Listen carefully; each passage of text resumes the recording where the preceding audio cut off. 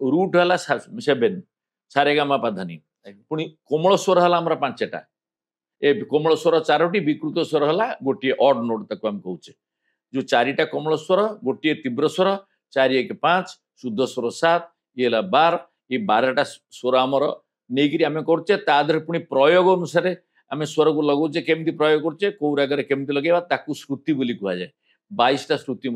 रखा जाइए आमर हिंदुस्तानी रे आमर पंडित विष्णु नारायण भातखंडे सी जेते गुड़े राग रागिणी संगीत करा जाइछि ताकू 10टी थाट रे बांधी कर्णाटक रे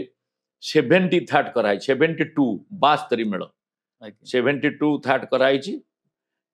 आमर हिंदुस्तान रे 10टी थाट कराई फाइनल आगुर मध्य अधिका थाट थिला किंतु सब जाक संपूर्ण भाव रे विवेचना कराई आलोचना करा जाय पंडित विष्णु नारायण भातखंडे आज 10टी थाट ताकू करिसंती